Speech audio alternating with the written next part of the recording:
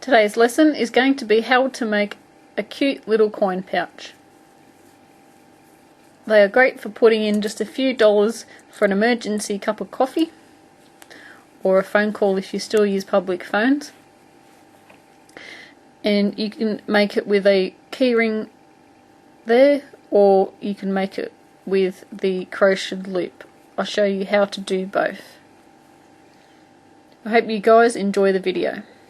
For this project we are going to need scissors, a needle to sew in your yarn, crochet hook, a button, it can be any size because you can adjust the size of the buttonhole, and this keyring ring. It's one of those, I think they're called split rings that you use for keyrings. If you don't have one of these handy, you can get them at craft stores. If you don't want to buy one, we can just make a little chain loop so that you can use that as well. And of course we need some scrap yarn. First of all, we want to make our slip knot, holding a short piece between our fingers, wrapping over our pointy finger twice and holding it between our fingers, pulling our left piece over our right and dropping down, wrapping over, grabbing our left piece and then pulling off our finger and pushing up. We now have our slip knot. We're going to chain 4, and you can also use a magic ring for this project as well. You want to slip stitch to the first chain, and we now have a little ring that we're going to work into. So chaining 1, we're going to work 10 half double crochets into this ring. So working into the center, we've wrapped our yarn and going into the center, pulling up a loop. We have 3 on our hook, pulling over all 3, wrapping our yarn, going into our loop, yarning over, pulling up a loop. We have 3 on our hook, yarning over and pulling through 3.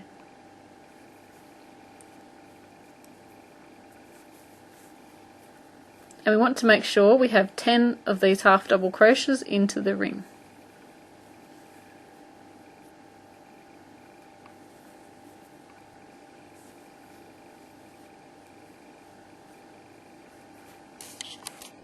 You can put more or less half double crochets into the ring, and if you put more it will make it a little bit bigger.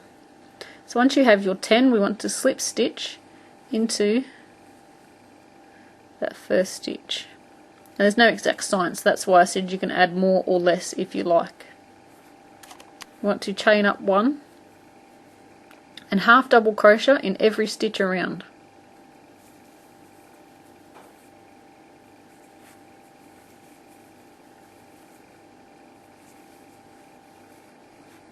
And as we start to work around, it will turn into this little bowl shape. What we want to do is flip it so we're working on the outside of our bowl shape. When we get round to the first stitch, we want to slip stitch into that chain. Next row we want to chain 1, half double crochet into the next stitch. We want to half double crochet in every stitch around. When we get back to our first stitch, we want to slip stitch to join our round.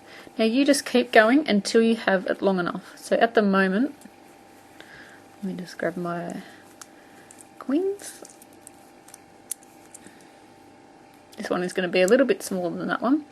So getting your coins and just putting them in like that. We obviously need to make more rounds because it's too short. Now this is our dollar coin, and it has a kangaroo stamped on it. Pretty cool. So now my coin fits in without hanging out of the top. So now what we want to do is create the little flap on the top here. So we need to chain 1, half double crochet in the next stitch, And what we want to do is, where we've just crocheted there, we want to put that to the side and flatten it down. And we're going to half double crochet across until we get to this side. Now I've only got to do three more stitches. You might need to do more depending on how big you've made it and thickness of yarn and size of hook, etc. So I just need to go across like that. So just making sure again. See, I could even go one more stitch there. See, here it is round. When we squash it flat, it only goes on that one side. That's what we're trying to create here. So I'm actually going to do one more stitch. See what that looks like. Yep. Now we want to chain one and spin our work around. So now we're going to be working across the stitches that we just did then on that round. So working into our next stitch and every stitch across.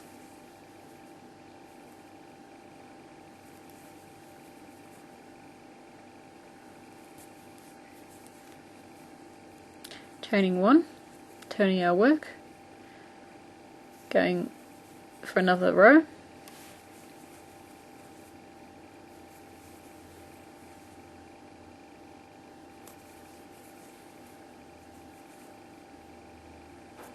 Making sure we go into that last chain space. Seeing if our little flap there is big enough. So because we have to add on our little loop one there, we don't want it to go all the way down to the bottom, so we need a bit of a gap from the bottom there. Now we're going to create our buttonhole.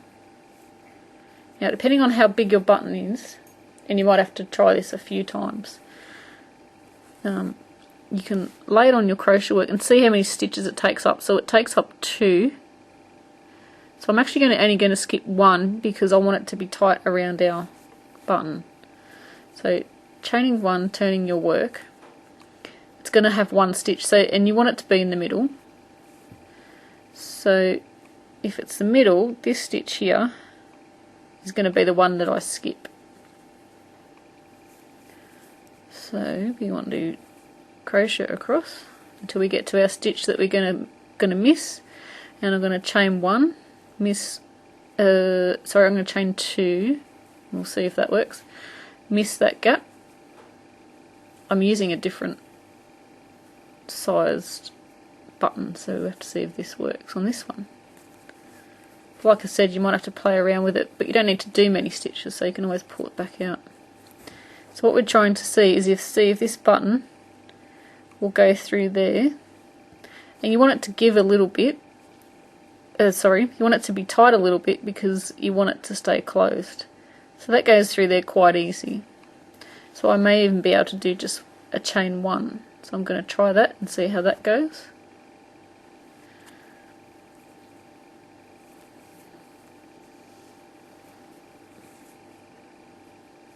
Sometimes when you make projects you just got to fiddle around a little bit. So that's making the hole quite small there, but it still goes through there, so I'm thinking I'm going to stick with the chain 1. So once you have that row complete, see how it's in the middle now because we skipped that middle stitch. We want to chain 1, spin around, and then go back across that row. But if you've skipped here, so see how we've done our chain 1, I want to put 1 half double crochet in there. If you did a chain 2, then you want to put 2 in there. If you did chain 3, you want to put 3 in there, and so on. So now we just want to finish off that row, making sure we go into that last stitch, and then that is finished off. So now folding it down, there we go. So we just want to cut this piece of yarn here, pulling out our loop, and we're going to sew this in.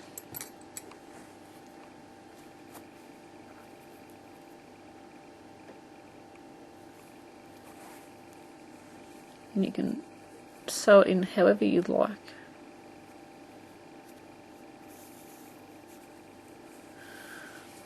Generally I just sew it on the back of the stitches through the loops that are there.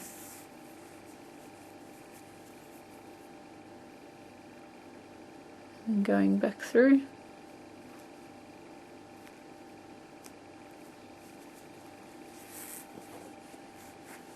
And then just trimming it off.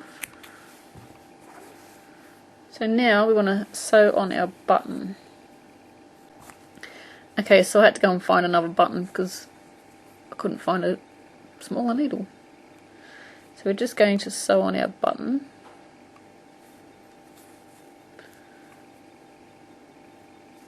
Making sure it's in the right spot.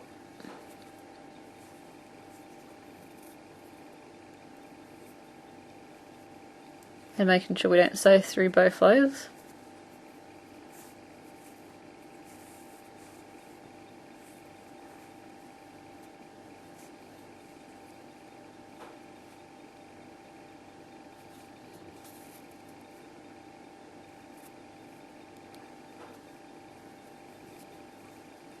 I don't know if you can hear my dog snoring in the background.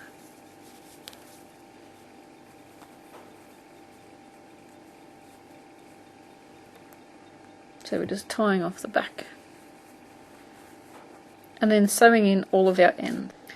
So here we go, we have our finished crocheted coin pouch. And you know what, you can make this longer and use it for one of those chapstick things that you put. There we go, put your money in there. There's our cash.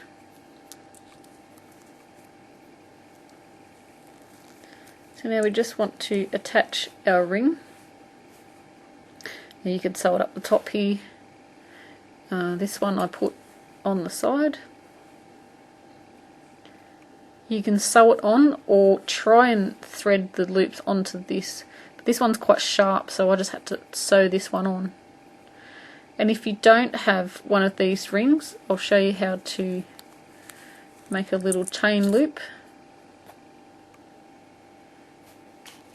Figure out where you want to put your loop. So do you want to put it in the middle or on the side? I'm going to put it on the side.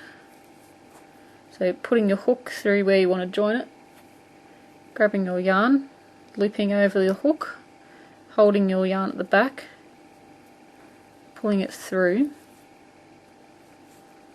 and then picking up your wool. You just want to make a chain.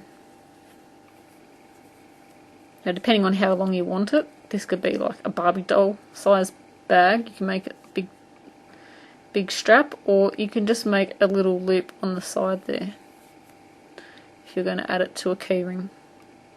There we go.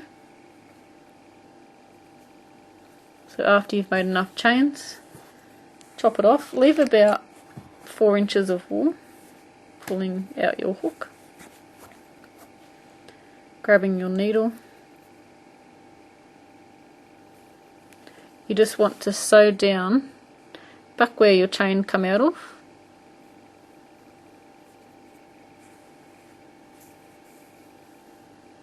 There we go, we've got our little loop attached there.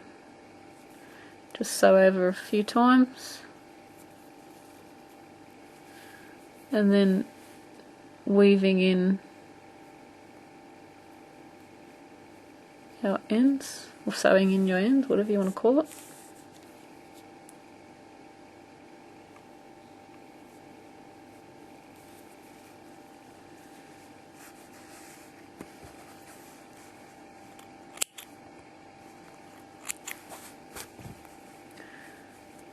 And then you just want to sew in your other end. There we go, you've got your little loop there. I hope you guys enjoy this video. Thank you for watching. Subscribe to my videos if you haven't already.